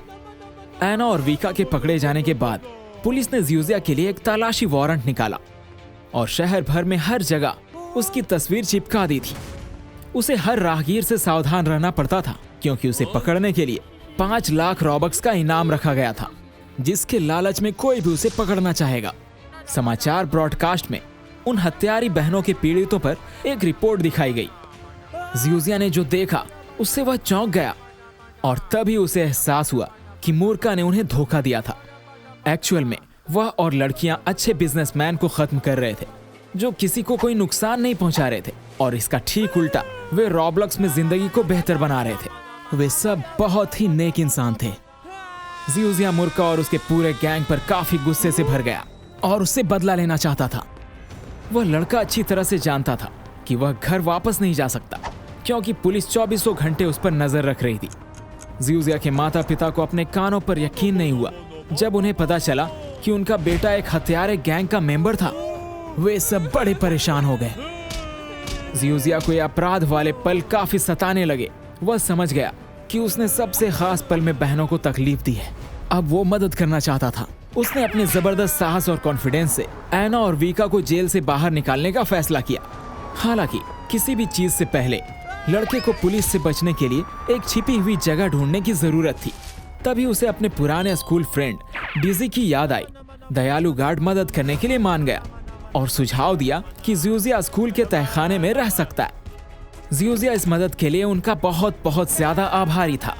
उसने तहखाने को अपने टेम्पोरेरी हेडक्वार्टर में बदल दिया, जबकि डीजी उस पर नजर रखता था, जिससे स्कूल की तलाशी लेने पर पुलिस का ध्यान भटक जाता था। जियोजिया ने बहनों को वहां से आजाद कराने के लिए जेल की सेफ्टी सिस्टम को दूर से हैक करने की कई बार कोशिश की। हालांकि फ्रोजन ब्लेज किसी भी हैकिंग अटेम्प्ट के विरुद्ध अच्छी तरह से सुरक्षित था, लगभग नामुमकिन। जियोजिया को एहसास हुआ कि अपनी बहनों को बचाने का एकमात्र मौका खुद उत्तरी पोल पर जाना और वहां पहुंचकर अपने दोस्तों को वहां से निकालने का प्लान बनाना था। अब नया सफर शुरू हुआ। अपने भागने के प्लान को अंजाम देने के लिए उसे जरूरी पैसे इकट्ठा करने थे, जिसके लिए जियोजिया ने एटीएम हैक करने के लिए एक प्रोग्राम डेवलप किया। वह समझ गया कि चोरी करना गलत है, इसलिए उसने केवल उतना ही रकम लिया जितनी उसकी जरूरत थी। उन मिले पैसों से जियोजिया ने बहुत सारे पावरफुल क्वाडकॉप्टर और सभी जरूरत के डिवाइसेस खरीदे। वह काफी डरा हुआ था, लेकिन उसके पास और कोई चारा नहीं था। वह अपने दोस्तों को बचाने के लिए हर खतरे से गुजरने को तैयार था, एक वफादार की तरह। वहां से बाहर निकलने के लंबे इंतजार के बाद वो दिन आ ही गया था। बहनें और ताया रात होने का इंतजार नहीं कर सकती थी। उन्होंने तय किया कि कामयाब रूप से भागने के लिए उनके शरीर को बहुत ज्यादा ताकतवर होने की जरूरत है, इसलिए वे जिम चले गए। वहां उनका सामना वाइपर से हुआ, जो अपने कॉम्पिटिटर्स को देखकर काफी ज्यादा गुस्सा हो गया और अपने चेलों को उन्हें जिम से बाहर निकालने का ऑर्डर दिया। वाइपर के चापलूसों को तुरंत एहसास हुआ कि उनकी अपनी भलाई उस रंगदार बंदे की टीम में रहने से कहीं ज्यादा कीमती था, इसलिए वे अपनी जान बचाकर वहां से भाग गए। वाइपर ने अपने बंदों पर अपनी पकड़ पूरी तरह से खो दिया था। वह अपनी मुट्ठियों से बहनों पर झपटा, लेकिन उनके जबरदस्त बॉडीगार्ड ने एक ही झटके में उसके हमले को रोक दिया और उसे वहां गिरा दिया। बहनों ने बेलगाम सत्ता को सबक सिखाने का फैसला किया और उन्होंने अपने गार्ड को उससे निपटने के लिए कहा। गार्ड ने वाइपर को सेफ जोन से बाहर लेकर गया। उसका कॉलर तुरंत बीप करने लगा। किनारे पर बहुत ही ज्यादा परेशान होकर गैंगस्टर ने अपनी जिंदगी के लिए संघर्ष किया। फिर भी अहम वक्त पर बहनों को उस पर दया आ गई और उन्होंने इस छेड़खानी को खत्म कर दिया और उसे बचा लिया। वाइपर बिल्कुल अकेला रह गया था। वह गुस्से में आकर आग बबूला हो चुका था। एक वक्त था जब उसकी रंगदारी चलती थी और वो वहां का लीडर हुआ करता था, लेकिन अब वो सिर्फ और सिर्फ हंसी का एक पात्र बनकर रह गया। परेशान और हताश होकर उसने एक बहुत ही कठोर कदम उठाने का फैसला किया। वह अपनी कोठरी में पहुंचा और अपना छिपा हुआ सामान वापस पाने के लिए एक सीक्रेट तिजोरी खोला, जिसे उसने अपने पिट्ठुओं से छीन लिया था। इतने पैसों के साथ वो पुराना लीडर गार्डों को रिश्वत देने में कामयाब रहा। वे इस बात पर सहमत हुए कि ठीक आधी रात को वे उसके कॉलर और विस्फोटक उपकरण को डीएक्टिवेट कर देंगे और फ्रोजन ब्लेज जेल से सबसे खतरनाक कैदी को रिहा कर देंगे। चुचुंदरा नाम का एक अजीब पागल, वो एक बहुत खतरनाक आदमी था। पूर्णिमा की रात आ गई। बहनें और ताया एक एक मिनट्स की गिनती कर रही थी जब तक कि उनके शापित कॉलर डीएक्टिवेट नहीं हो जाते। लेकिन बदकिस्मती से केवल वाइपर ही विस्फोटक बंधनों से आजाद होने में कामयाब रहा। उसकी कोठरी खुल गई और वह तुरंत ही बाहर के रास्ते की ओर दौड़ पड़ा। जैसा कि वादा किया गया था, गार्ड्स ने चुचुंदरा को रिहा कर दिया। ये गुस्सैल राक्षस कैद से फ्री होने के बाद बहुत ही ज्यादा खुश था और साथ ही साथ बहुत गुस्सा भी। वाइपर ने चुचुंदरा को समझाया कि वह अपनी रिहाई के बदले में अपने दुश्मनों का सफाया चाहता है, ताकि वो फिर से रंगदारों का लीडर बन सके। एकदम दानवी खुशी से कुछ मौज मस्ती करने के लिए तैयार हो गया। वाइपर खुश था। आखिरकार उसे उन बहनों के जरिए जितनी भी बेइज्जती सहनी पड़ी, उसका बदला लेने का मौका आखिरकार मिल गया। जियोजिया समुद्र के रास्ते से उस जेल की ओर तेजी से बढ़ता गया जहां एना और वीका अपनी सजा काट रहे थे। उसकी छोटी रबर की नाव लहरों से उछल गई। बर्फीले पानी के छींटों ने उसके चेहरे को झुलसा दिया, लेकिन तमाम परेशानियों के बावजूद उसने लगातार अपने टारगेट का पीछा करता गया। उसने आधे रास्ते को पूरा कर ही लिया था कि अचानक एक भूखा सीगल उसकी नाव के किनारे पर उतरा और वो रबर से बना हुआ हिस्सा पक्षी की चोंच के वार को सह नहीं पाया। वो परिंदा लगातार इधर उधर चोंच मारता गया। ज़्यूज़िया ने छेद को बंद करने की पूरी कोशिश की, लेकिन अफसोस कुछ ही सेकंड में उसकी नाव उस गहरे समुद्र में डूब गई। उसके गर्म कपड़े भीग गए और भारी बोझ में बदल गए, जिसकी वजह से वो ऊपर की ओर ठहरने में नाकामयाब रहा। ठंड से उसके शरीर ने हलचल करना बंद कर दिया और थक कर वह बेहोश हो गया और धीरे धीरे समुद्र की गहराई में डूबने लगा। किसी तरह ज़्यूज़िया अपनी आंखें खोलने में कामयाब रहा और उसने खुद को जिंदा पाया। उसके सामने एक अनजान आदमी गर्म चाय का मग लेकर खड़ा था। अजनबी इस बात से चकित था कि ज़्यूज़िया उस रबर के नाव पर सवार होकर बर्फीले समुद्र में कैसे पहुंच गया। शुक्र है कि वह पास से ही गुजर रहा था और वो उसे बचाने में कामयाब रहा। साथ ही साथ उसके डिवाइसेस को भी सही सलामत बचा लिया। ज़्यूज़िया ने अजनबी के सामने कबूल किया कि वह अपने दोस्तों को छुड़ाने के लिए फ्रोजन ब्लेज जेल जा रहा है, जहां उन्हें कैद करके रखा है। और उसके बाद ये पता चला कि उन दोनों का मकसद सेम है। ज़्यूज़िया को बचाने वाला कोई और नहीं बल्कि चीज़ था, जो एक पुराना हत्यारा था, जिसकी प्लान अब अपनी बेटी को उसी जेल से छुड़ाने की थी, जिसकी पूरी तैयारी उसने पहले से ही कर रखी है। तो दोनों ने ये फैसला किया कि अब मिलकर काम करेंगे और उन्हें बचाएंगे। चुचुंद्रा ने बेहद आसानी से बहनों के शक्तिशाली गार्ड्स को मार गिराया और एक जोरदार अटैक से उनकी कोठरी के लोहे का दरवाजा भी तोड़ दिया। लड़कियां उस विशालकाय पागल को देखकर ही डर गईं। वो बहुत ही ज्यादा खतरनाक लग रहा था। ऐना ने तुरंत उसे हिप्नोटाइज करने की कोशिश की, लेकिन इससे वो भयानक राक्षस जैसा दिखने वाला इंसान और भी ज्यादा गुस्से में आ गया। यहाँ तक कि वीका की ओर से कई अच्छे निशाने वाले अटैक से भी कोई मदद नहीं मिली। केवल ताया की ध्यान भटकाने वाले प्लान काम आई और लड़कियां अपनी कोठरी से भागने में कामयाब रहीं। गार्ड्स काफी खुश होकर बहनों को परेशानियां सहते हुए देख रहे थे और वे लोग इस बात पर दांव लगा रहे थे कि वे जीत पाएंगे या नहीं। उस तमाशे को और भी ज्यादा रोमांचक बनाने के लिए उन्होंने बाकी सभी कैदियों को भी उनकी कोठरियों से रिहा कर दिया।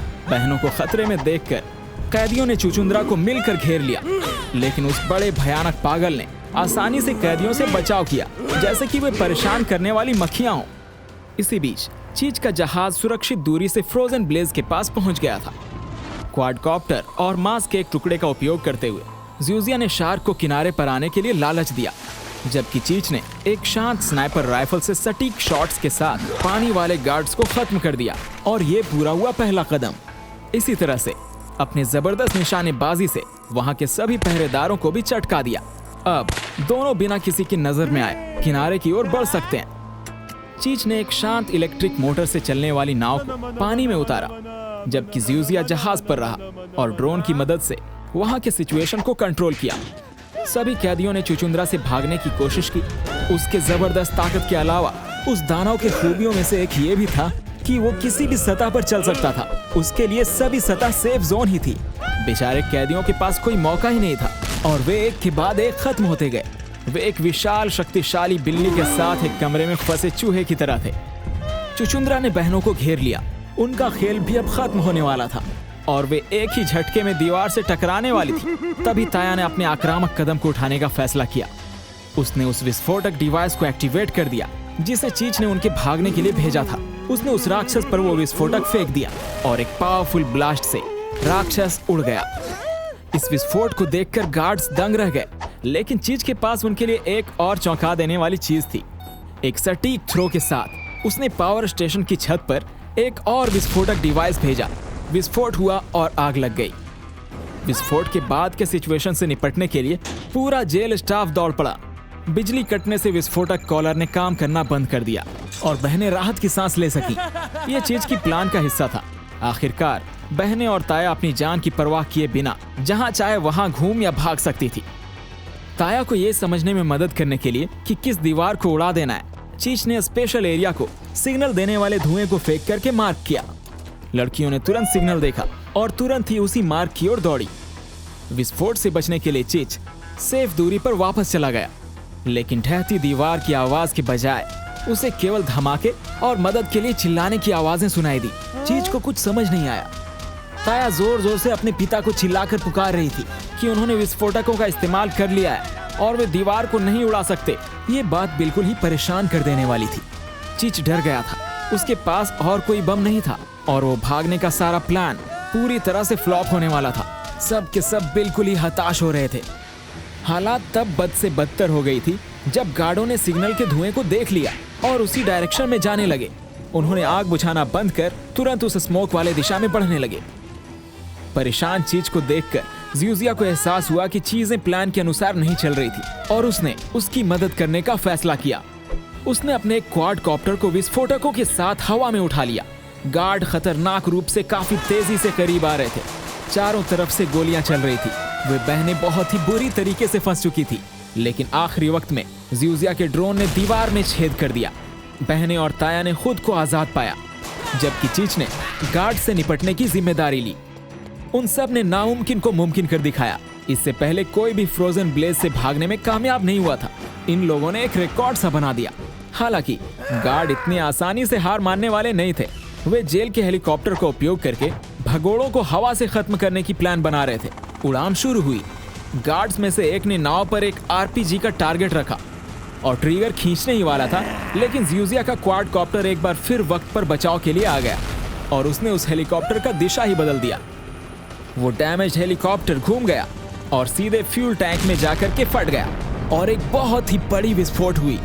रात का आसमान बड़े विस्फोट से जगमगा उठा। ये उन सब की जिंदगी का बहुत ही भयानक पल था। उस विस्फोट ने उन लोगों को एक बड़े से लहर के साथ ताज़ा कर दिया, जिससे जेल का हर एक निशान मिट गया। भागे हुए लोग जहाज तक पहुंचने में कामयाब रहे। ज़्यूज़िया को जहाज पर देखकर बहनें बहुत आश्चर्यचकित हुईं। उन्होंने उसे गद्दार मान लिया था। वीका उस पर हमला करने वाली थी, लेकिन ज़्यूज़िया ने एजेंट 47 के सेटअप के बारे में सच्चाई बताई कि कैसे उसने इन सब को फंसाया, और खुशी से भरी दोनों बहनें अपने सबसे अच्छे दोस्त को गले लगाने के लिए दौड़ी। इसी बीच मुर्का सिंडिकेट के भीतर उथल पुथल मची हुई थी। सब के सब नाराज दिख रहे थे। हत्यारे अपनी कमाई से बेहद नाखुश थे। फिर भी उनकी लीडर उन्हें ज्यादा पेमेंट करने के लिए राजी नहीं थी। एक आम बैठक के दौरान एजेंट 47 ने गैंग के सभी मेंबर्स को ये भरोसा दिलाया कि मुर्का का प्रभाव अब खत्म हो चुका है और अब उससे छुटकारा पाने का वक्त आ गया। तख्ता पलट के इरादे में सभी लोगों ने हाँ मिलाई और सब तैयार थे। जैसे ही वे चीच के जहाज से शहर के पास पहुंचे, लड़कियां आरामदायक स्पोर्ट्स वियर पहनकर निकली। जेल की वो बकवास सी वर्दी के बाद आखिरकार नॉर्मल इंसानों की तरह वे दिखने लगे। सब लोग खुश हुए। जैसे ही वे उतरे, वीका ने तुरंत धोखेबाज मुर्का के खिलाफ बदला लेने के बारे में बात करना शुरू कर दिया, जिसका उसने काफी लंबे वक्त से इंतजार किया था, क्योंकि सिर्फ और सिर्फ उसी की वजह से इन्हें इतनी परेशानी सहनी पड़ी। हालांकि चीच ने वहां पर कहा कि ताया इसमें भाग नहीं लेगी। उसने उसे बचाकर उसे नए सिरे से जिंदगी शुरू करने का दूसरा मौका दिया है और अपराध में उसकी भागीदारी हमेशा के लिए खत्म हो गई है।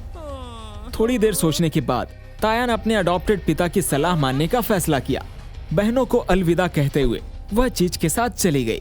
सब काफी उदास हो गए। उनकी विदाई काफी इमोशनल थी।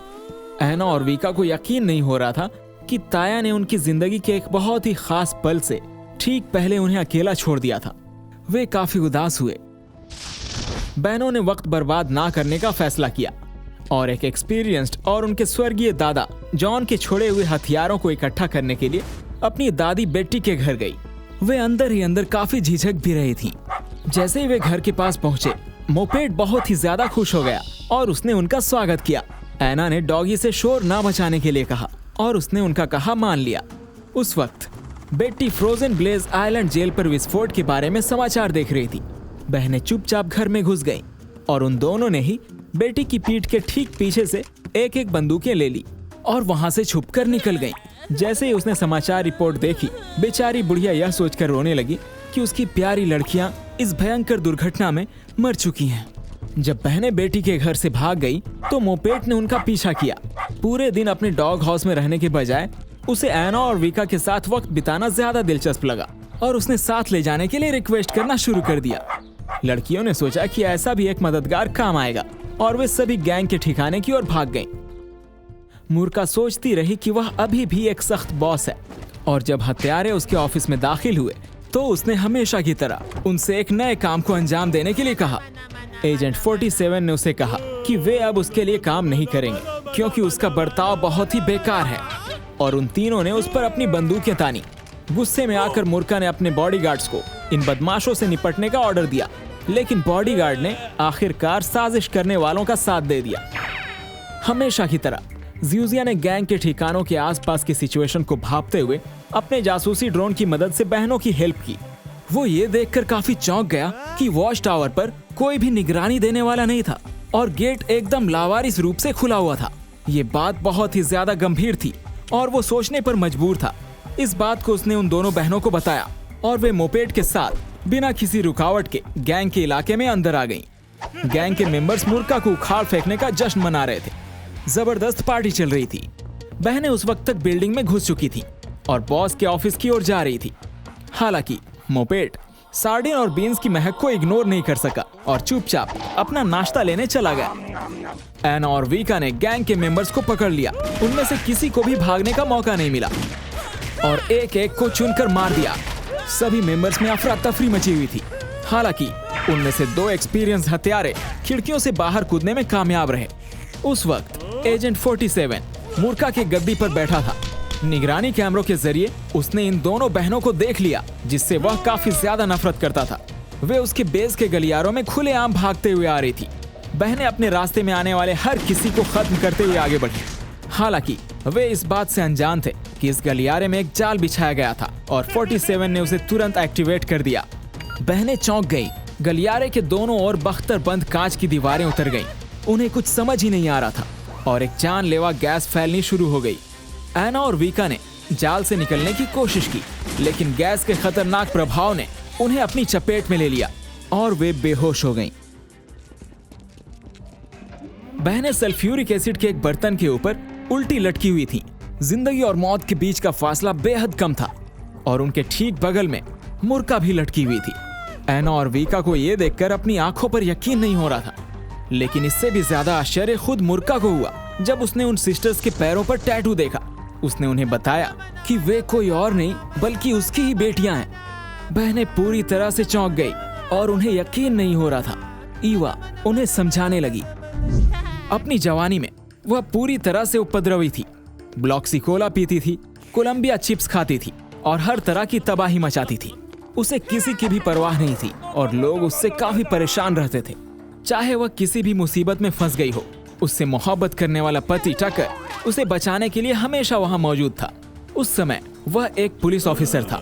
यह सिचुएशन पुलिस हेड को रास नहीं आई और इसलिए टकर को नौकरी से निकाल दिया गया। ईवा ने हमेशा की तरह अपनी लापरवाह बर्ताव को जारी रखा। एक बार उसने अपनी छोटी बेटियों पर टैटू बनाने का काम कर रही थी। उसे उन नन्हे बच्चों की तकलीफ की जरा सा भी परवाह नहीं थी। उसने उनके पैर पर V और A लेटर्स को लिखा ताकि अपने टैटू के साथ मिलकर उसका नाम ईवा लिखा जा सके। टकर अपनी पत्नी के गलत कामों से काफी गुस्से में थे। उनका सब्र टूट गया और उसने अपनी वहसी पत्नी को घर से बाहर निकाल दिया, लेकिन फिर भी उसे कुछ एहसास नहीं हुआ। 2 छोटी बेटियों के साथ अकेले पिता होने और कोई नौकरी ना होने के कारण टक्कर डिप्रेशन में आ गए और इस टेंशन और स्ट्रेस के बीच उसे शराब की बहुत बुरी लत लग गई। इस बीच कुछ ही वक्त बाद ईव को अपनी जिंदगी में एक और आदमी मिला, रोमन नाम का एक लोकल गुंडे के गैंग का नेता। उसने किसी तरह से उसका ध्यान खींचा। ये पहली नजर का प्यार था और वो उसके प्यार में पड़ गया। उनकी खुशी ज्यादा देर तक नहीं टिकी। रोमन के साथ डेट करने के दौरान एक हत्यारे ने उसे गोली मार दी। मरने से पहले उस क्रिमिनल ने ईवा से अपनी आपराधिक संगठन को संभालने के लिए कहा और फिर उसने उसकी बाहों में ही दम तोड़ दिया। ईवा रोने लगी। हालांकि उसे इन सब चीजों का एक्सपीरियंस नहीं था। ईवा ने अपनी प्रेमी की आखिरी इच्छा पूरी करने के लिए हथियारों के मुर्का सिंडिकेट की बॉस बन गई और उसने उस गद्दी को संभालने की ठानी। जब एना और वीका मुर्का की कहानी को आगे बढ़ाने की कोशिश कर रहे थे, एजेंट 47 ने हंसते हुए घोषणा की कि पूरे परिवार का अंत आ गया है और वह उन सभी को खत्म करने वाला है और उसका हाथ उस ट्रिगर के ऊपर था। एकदम उसी वक्त मोपेड को खाना खाकर काफी मजा आ गया। सेम और सार्डिन खाने के बाद वो पादने लगा। उसका पेट इतना खराब हो चुका था कि उसके पाद में बहुत प्रेशर आ गई और वो इधर उधर उड़ने लगा। कुत्ता तहखाने में घुस गया और उसने 47 पर अटैक कर दिया। वो गंजा हत्यारा ऐसे जबरदस्त दुश्मन का सामना नहीं कर सका। मोपेड ने 47 को पकड़ लिया और बेचारा हत्यारा दर्द से चिल्लाता हुआ अपने गुर्गों की ओर भाग गया, लेकिन फिर भी उसने खुद को बचाने में कामयाब रहा। कांपते हत्यारे ने बिना कुछ कहे समझ लिया कि मोपेट उससे क्या चाहता है और वह एना, वीका और मूर्खा को सेफ जगह पर ले जाने के लिए कंट्रोल कक्ष में गया और उन तीनों को बचा लिया। इससे उसे बुलडॉग की मेहरबानी हासिल हुई। एक बार अपने कैद से मुक्त होने के बाद एना और वीका अपने सेवियर को शुक्रिया करने के लिए दौड़ पड़े। अपने खुश बेटियों को देखकर मूर्खा को कई सालों के बाद पहली बार खुशी महसूस हुई। उसकी आंखों में खुशी के आंसू देखे जा सकते थे। उसे एहसास हुआ कि वह अब क्रिमिनल नहीं बनना चाहती है और उसने अपनी बेटियों को सलाह दिया कि वे गैंग के आधार को हमेशा के लिए खत्म कर दें ताकि इन क्रिमिनल एक्टिविटीज को दोबारा कोई शुरू ना कर सके। उसके बाद पूरा परिवार आर्मरी की ओर भागा। क्रिमिनल सिंडिकेट मूर्खा के पास हर काम के लिए हथियारों और गोला बारूद का एक शस्त्रागार था, लेकिन ईवा को केवल एक बम में दिलचस्पी थी जिसे उसने तुरंत एक्टिवेट कर दिया और टाइमर शुरू हो गया। वक्त तेजी से खत्म हो रहा था। हमारे नायक जितनी तेजी से दौड़ सकते थे दौड़ रहे थे और जर्जर इमारत से जितना पॉसिबल हो सके दूर जाने की कोशिश कर रहे थे, लेकिन 47 भी हार नहीं मान रहा था। उसने चूहे जैसा स्नाइपर शॉट लेने का फैसला किया। ज्यूजिया ने हत्यारे को देखा, लेकिन तब तक बहुत देर हो चुकी थी और उसके पास बहनों को वार्निंग देने का समय नहीं था। क्रिमिनल फैमिली लगभग सेफ्टी दूरी पर पहुंच गई। टाइमर में कुछ ही सेकंड बचे थे बिल्डिंग के निस्त नाबूद हो जाने में, लेकिन 47 ने ट्रिगर खींच लिया और पक्का निशाना लगाकर उसने गोली चला दी। ईवा ने गोली की आवाज सुनी। उसकी माँ वाली फीलिंग जाग गई और उसने खुद गोली खाकर बहादुरी से अपनी बेटियों को बचा लिया और वहां गिर गई। बहनें काफी चौंक गईं। स्नाइपर के लिए आसान टारगेट बन गई और उस बदमाश ने दोबारा से निशाना लगाना शुरू किया। वे अपने गंभीर रूप से घायल माँ के पास पहुंची। टाइमर लगभग खत्म हो चुका था और 47 अपना मिशन पूरा नहीं कर सका। इस एक कदम से ईवा ने अपनी पिछली सभी गलतियां सुधार लीं। अपने आखिरी शब्दों में उसने एना और वीका से कहा कि वे अच्छी बेटियां थीं और वो उन दोनों से बहुत ही ज्यादा मोहब्बत करती थी और दोनों को हमेशा खुश और साथ रहने के लिए कहा। उसने उन्हें अपना कीमती क्रिस्टल सौंप दिया और शांति से जिंदगी से अलविदा कह दिया। बहनें दुख के मारे फूट फूट कर रोने लगी और यहाँ तक कि मोपेड भी अपनी भावनाओं को रोक नहीं सका और रो गया। चूंकि एना और वीका को ऑफिशियली डेड माना गया था, चीच ने उनके लिए अलग अलग नामों से एक दस्तावेज बनाया और उन्हें नई पहचान मिली। ज्यूजिया अभी भी एक वांटेड इंसान था, इसलिए उसे चीच के पास रहकर ही प्लास्टिक सर्जरी करानी पड़ी और उसका पूरा हुलिया बदल गया। अपने नए रूप में वह पहचान में नहीं आ रहा था। वो और भी ज्यादा स्मार्ट लग रहा था। यहाँ तक कि ताया भी इस खूबसूरत नए चेहरे से अट्रैक्ट होने से नहीं बच सकी। कई साल बीत गए। एना और वीका ने अपनी माँ का क्रिस्टल बेच दिया और उस पैसे का इस्तेमाल रॉब्लॉक्स में खलनायकों को खत्म करने के लिए अपनी निजी एजेंसी एस्टैब्लिश करने में किया। वे लोग इस बार सही काम करने लगे थे। उनकी टीम में हैकर ज्यूजिया भी शामिल था। वक्त आने पर ताया और ज्यूजिया अपने बच्चे की उम्मीद कर रहे थे। वे बहुत खुश थे। बहनें अपने प्यार करने वालों की कब्रों पर फूल चढ़ाकर उनकी स्मृति का सम्मान करना कभी नहीं भूली। सब काफी खुश रहने लगे। और आप सभी लोगों के लिए, अगर आप बहनों की कहानी को जारी देखना चाहते हैं तो आइए इस वीडियो पर 50,000 लाइक्स को ठोक डालें यार।